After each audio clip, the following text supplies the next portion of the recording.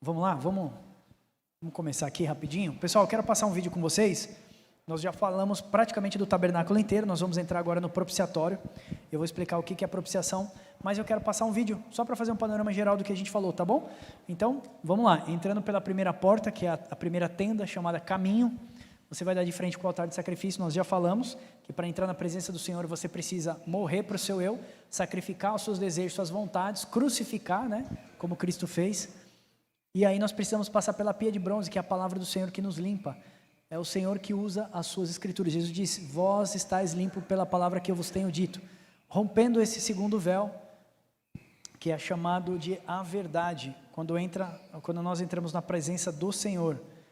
Rompendo esse outro véu, a gente vai dar de frente com o altar de incenso e do lado esquerdo o candelabro de ouro. Não é à toa, porque o lado esquerdo é o coração do homem, ok? O Espírito Santo precisa estar dentro do coração do homem. Está aí os 7 castiçais do candeeiro. Ah, outra coisa, ali os 7 castiçais, ele tem umas amendoeiras, tá? Que é o símbolo da fertilidade, essas amendoeiras aqui. Mas vamos lá.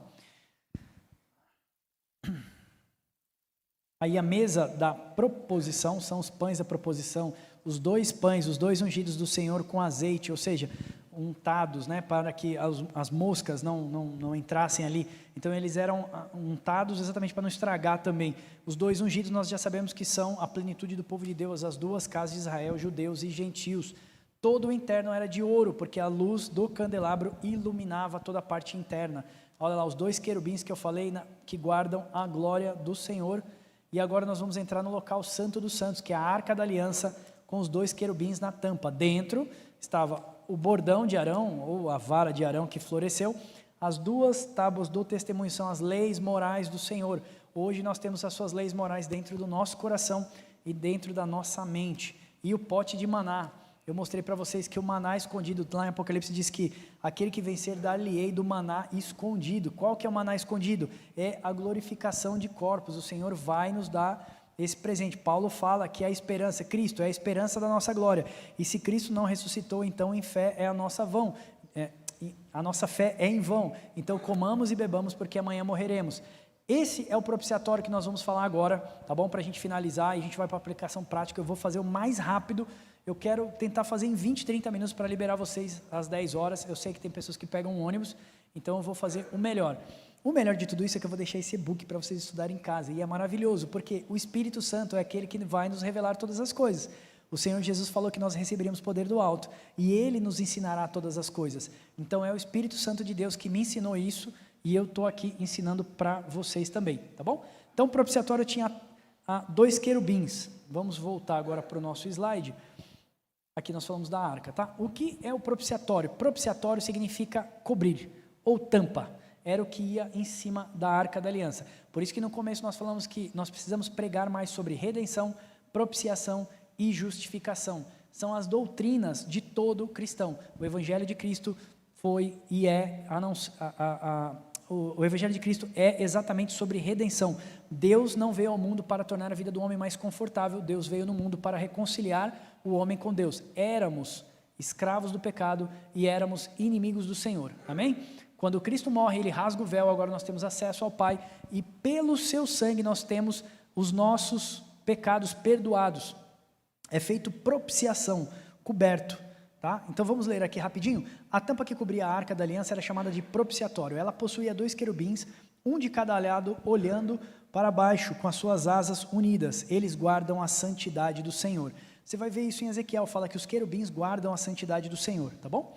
O sangue, na antiga aliança, tá bom? O sangue do cordeiro era morto e aspergido 7 vezes. Então o que acontecia? Cortava-se lá o sangue do cordeiro, o pescoço do cordeiro, pegava-se o sangue, depois cortava suas partes e oferecia no altar de sacrifício, que é o primeiro altar que nós vimos. Naquele potinho, somente o sumo sacerdote, ele vestia com roupas talares, ele entrava no Santos dos Santos, aspergia, molhava a ponta dos dedos e aspergia 7 vezes sobre a tampa da arca, ok? 7 vezes o sangue de um cordeiro, guarda aí. Vamos lá. Na nova realidade, tá? Na nova aliança.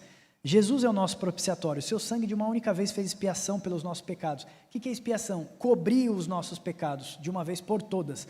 Por isso nós podemos, você vai poder ler isso em Hebreus, tá? Hebreus 7, 8, 9 e 10 fala que o sangue de Cristo e a expiação que Cristo fez, aliás, é fantástico, Hebreus 7, 8, 9 e 10, anota aí, se vocês estiverem anotando, vai ficar gravado isso daqui. É espetacular, mostra que Cristo fez expiação de uma única vez por todas e não tem mais outro tipo de expiação.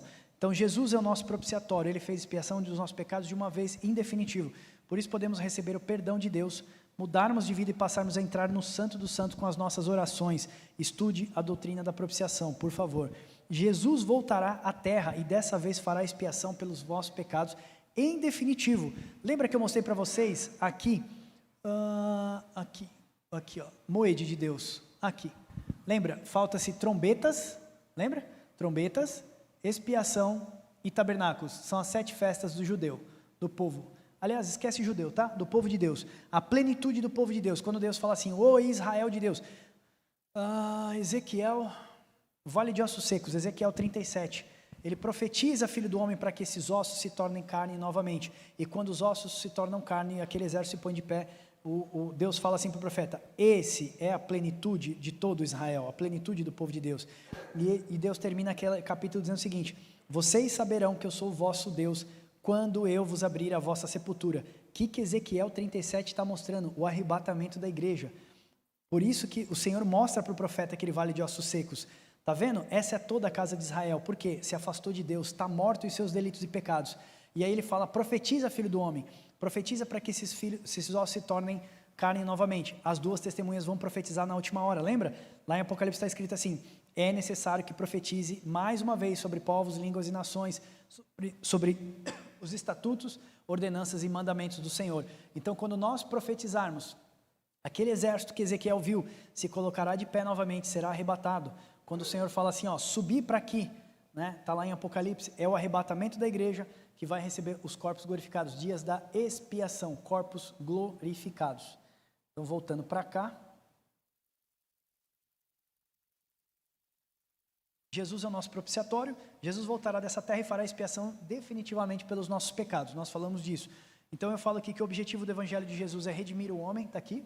O Evangelho de Jesus é para redimir o homem, estávamos mortos nos nossos delitos e pecados, não é objetivo do Evangelho trazer conforto do homem, aprenda sobre redenção, propiciação e expiação, ok? Então essas 3 doutrinas precisam permear toda a vida do cristão. É tudo a respeito dele, o tabernáculo a respeito dele, a nossa vida a respeito dele, nós somos propriedades do Senhor. Olha só que legal, 1 João 2:1-2, vocês já ouviram isso, olha só, filhinhos, meus amados, estas coisas vos escrevo para que não pequeis. Se todavia alguém pecar, temos advogado junto ao Pai, Jesus Cristo, o justo. Está falando sobre pecado, certo? Olha o que ele fala agora, ele é a propiciação pelos nossos pecados, e não somente pelos nossos, mas do mundo inteiro. Então, filhinhos, não pequeis, mas se pecar, saiba que você tem um advogado junto ao Pai. Ele é a propiciação dos nossos pecados, é Ele quem cobre a ira de Deus contra nós. Jesus tampa, sabe, quando você faz alguma coisa errada, mas você se arrepende, Jesus fala, não Pai, eu estou aqui exatamente para isso, para cobrir o pecado deles. Então, 1 João fala da propiciação. Romanos 3:25, a quem Deus propôs no seu sangue como propiciação, mediante a fé, para manter sua justiça. Olha só, você vai agora ler propiciação, você vai entender tudo. Você vai entender que Jesus é o propiciatório, Jesus é a tampa da arca de Deus, da presença do Senhor, amém?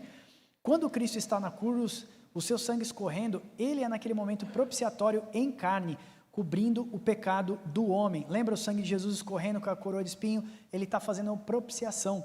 Sobre o seu próprio corpo foi aspergido o sangue do Cordeiro. Então o sangue do Cordeiro de Jesus estava vertendo na cruz para fazer propiciação pelos nossos pecados.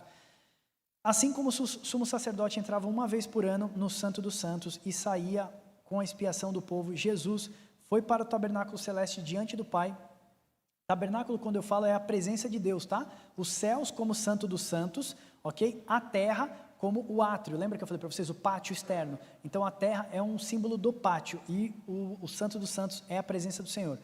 Então assim como Jesus subiu uma única vez aos céus, ele também expiou os nossos pecados. Ele está no tabernáculo celeste diante do Pai, no Santo dos Santos, e um dia vai sair de lá no dia da expiação, que eu mostrei para vocês, quando a igreja terá os seus pecados definitivamente perdoados e não pecará mais. Receberemos corpos glorificados. Leia Levíticos 16 para entender melhor referente a isso. A aspersão no Apocalipse. Estava até comentando com o Carlos aqui agora. Como no tabernáculo o sumo sacerdote, uma vez por ano, aspergia 7 vezes na tampa da arca, nós vemos em Apocalipse 15, 5 a 8, o anjo que tinha 7 flagelos de Deus derramados sobre a terra. Podemos notar que Deus está cobrando o sangue de Jesus dos homens na terra. O sangue de Cristo foi derramado agora, sendo juízo para os homens que não creram. Então o que acontece, irmãos? Aquele sangue do animal foi aspergido na tampa da arca, o povo era perdoado. Jesus Cristo no madeiro escorreu o seu sangue, a Bíblia fala que escorreu o sangue sobre ele. Ele foi o próprio propiciatório. Só que o sangue de Cristo foi para todos, porém para todos aqueles que creram. Quem não creu vai receber os 7 flagelos do Senhor. Você vai ver o anjo, né, os 7 anjos com 7 taças, e vai derramar essas taças da ira de Deus. E a Bíblia fala que é exatamente para aqueles que não receberam o sangue de Cristo, que não quiseram receber o sangue de Cristo.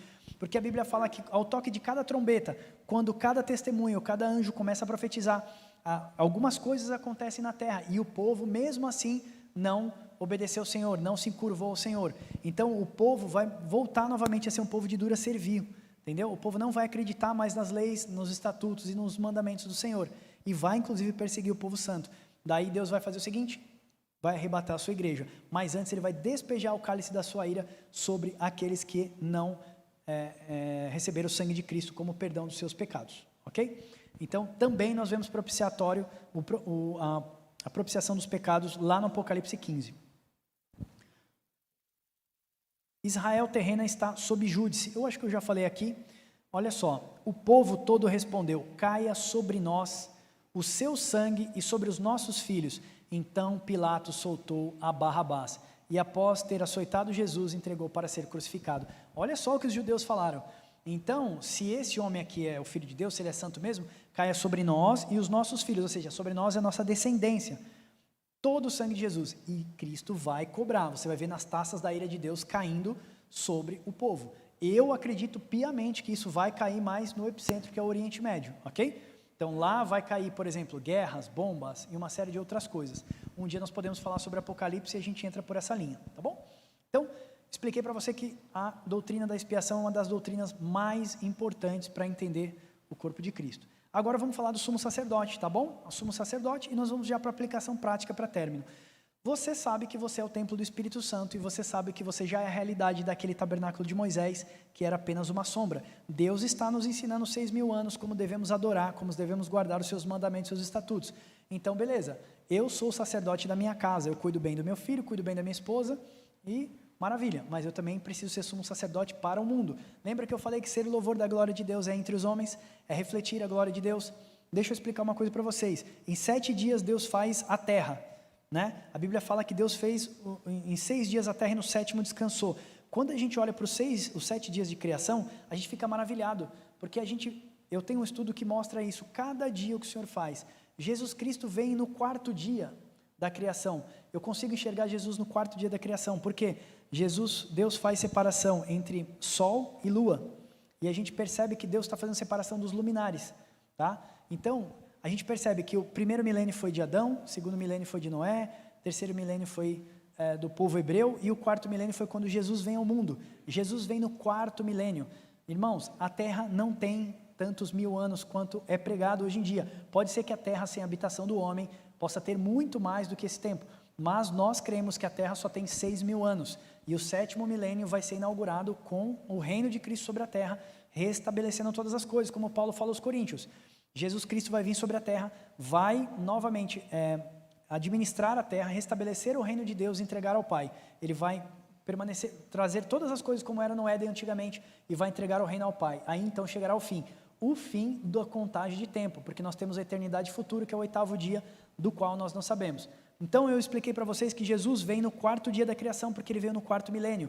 Ele é o sol da justiça, que João fala, ele é o sol da justiça. Ele veio para o mundo que estava em treva, mas os homens preferiram as trevas, porque a luz mostrava os seus maus caminhos, denunciava os seus maus caminhos. Então os homens preferiram mais a luz, mais as trevas do que a luz.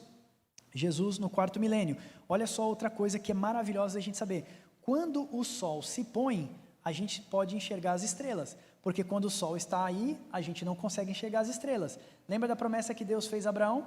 Abraão, de ti vou fazer uma nação, como as estrelas do céu e como as areias da terra. Então, quando o sol da justiça, que é Jesus, ele vai embora, no quarto milênio, que ele morre, é crucificado, ressurreto e ascende aos céus, o que fica na terra? A igreja do Senhor. A igreja é comparada com as estrelas. Nós vimos lá em Apocalipse, que eu já falei algumas vezes, que Jesus estava andando no meio dos 7 castiçais e ele tinha 7 estrelas na sua mão, que era os 7 anjos das 7 igrejas. Então nós sabemos que as estrelas representam os filhos de Deus. Então quando o sol se põe no final da tarde, a gente olha para o céu e vê um monte de estrelas. O que é isso? A promessa de Deus se cumprindo em Abraão. Deus está mostrando para nós que ele está levantando um povo segundo a descendência celeste que viria da raiz de Davi. Então a gente consegue enxergar com isso, irmãos, que nos 7.000 anos de história, que Deus tem um plano maravilhoso, e cada dia representa uma coisa. Então eu mostrei para vocês que Jesus vindo no quarto milênio, ou no quarto dia da criação, porque Deus separa luminares, sol e lua, depois a gente vê as estrelas se pondo, e aí nós vamos conseguir enxergar no 7º milênio, que é quando Deus descansa, ou seja, a terra vai descansar do pecado. Deus vai extinguir o pecado da terra. Deus haverá de prender o Satanás durante 1000 anos e o Senhor vai restabelecer todas as coisas na terra, tá bom? Então assim, quando Cristo falou assim, vós sois a luz do mundo, eu sou a luz do mundo, porque ele estava aqui, ele era o sol da justiça, mas quando ele ascende ao Pai, vós sois a luz do mundo. Então nós temos que brilhar, nós precisamos ser o louvor da glória de Deus. Para sermos estrelas, nós temos que brilhar na escuridão. O mundo é escuridão, o mundo está em pecado. O mundo precisa ver em você, em mim, no Carlos, na Rita, precisa ver o brilho de Cristo. Porque a Bíblia fala que não se acende uma candeia e se coloca debaixo da mesa. Se acende uma candeia ou um candelabro e se põe em cima da mesa. Entendeu? Então a igreja precisa ser o norte. Lembra que eu falei no começo? A igreja é baluarte da verdade do Senhor, intransponível, é inegociável. As leis, os estatutos, os mandamentos do Senhor foi dado à igreja e nós precisamos preservar a santidade do Senhor. Por isso que nós precisamos entender o nosso ofício sacerdotal. A etimologia da palavra sacerdote, ela vem de hiereus, que significa que alguém que se oferece sacrifícios, em geral, está muito ocupado com ritos sagrados, tá? Na Antiga Aliança, nós sabemos que o sacerdote na Antiga Aliança era responsável por fazer sacrifícios, ofertas de incenso, acendia o candeeiro, entre outras atividades. Mas o sumo sacerdote entrava no Santos dos Santos uma vez por ano. O sumo sacerdote, ele tinha uma roupa diferente, não era toda branca, tá ok? O sacerdote só tinha essa roupa branca, o sumo sacerdote ele tinha essa manta azul por baixo, depois essa manta aqui com vestes talares, que era cingida de, já vou falar a cor, mas é linho, azul, ouro, escarlate e esqueci a outra cor, púrpura. Nós vamos chegar no significado de cada cor dessa para você entender.